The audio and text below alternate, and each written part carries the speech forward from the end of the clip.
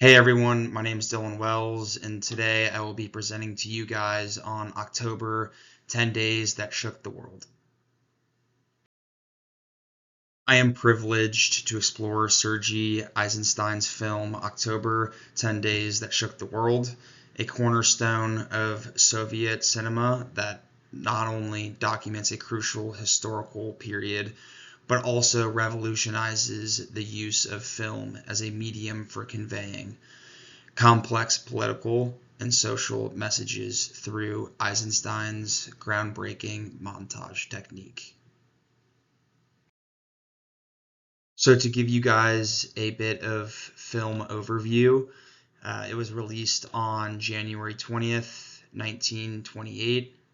October is a silent black and white film that dramatically reenacts the events leading up to the Bolshevik Revolution in 1917. It is characterized by its lack of spoken dialogue, which is artfully, compensated by compelling orchestral music background, enhancing the dramatic portrayal of the narratives and the events during this time period. So, to give a little historical background, the film unfolds against kind of a backdrop of socio-political upheaval, and finally the fall of the Tsarist autocracy in Russia.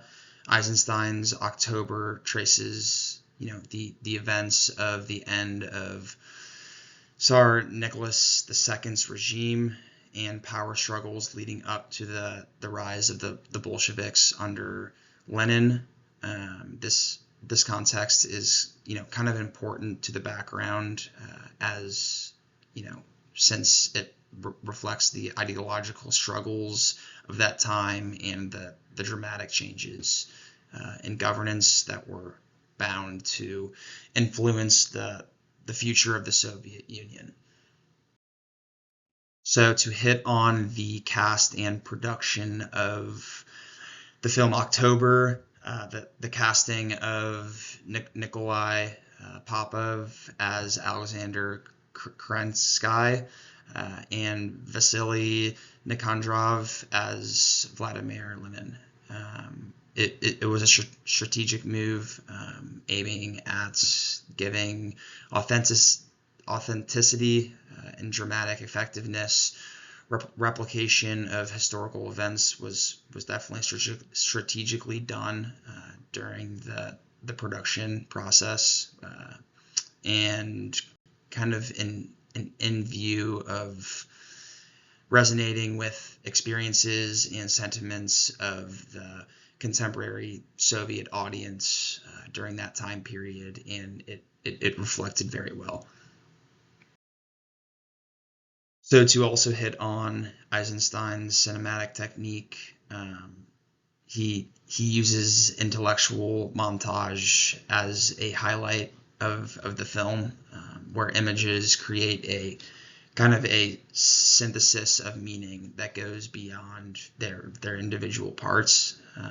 This technique is definitely used to provoke thought and specific emotion to the audience, even though that there isn't any talking in the film. It's all subtitles.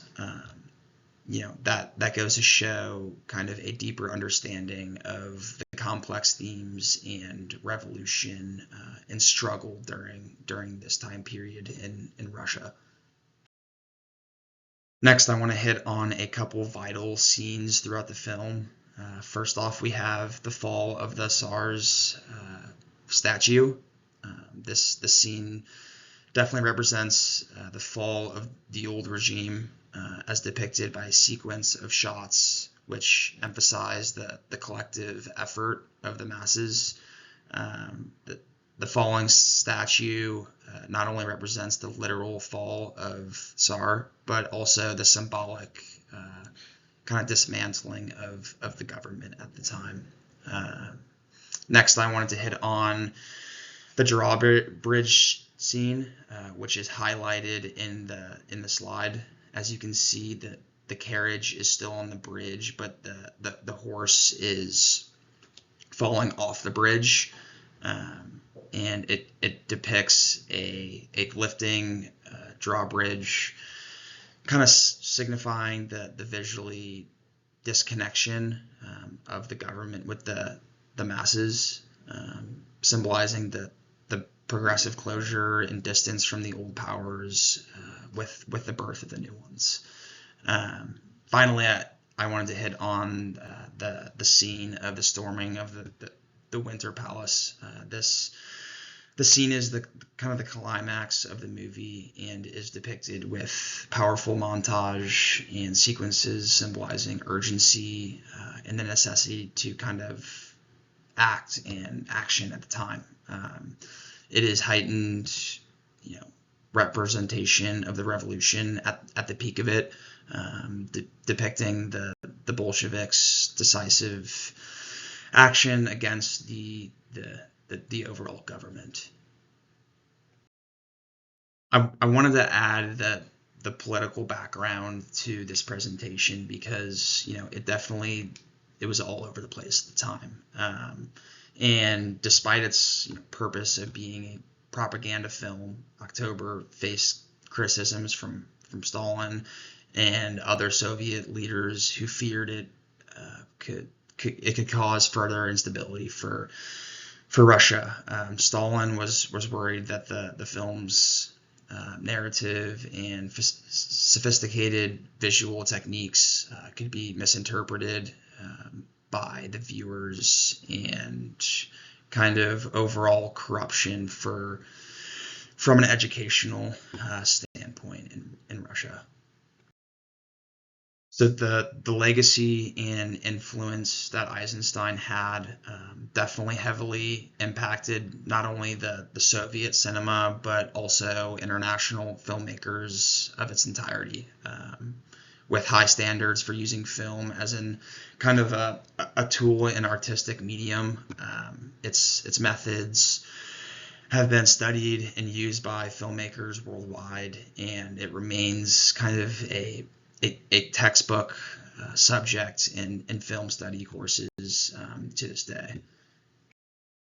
In conclusion, Sergei Eisenstein's October is not just an excellent historical film.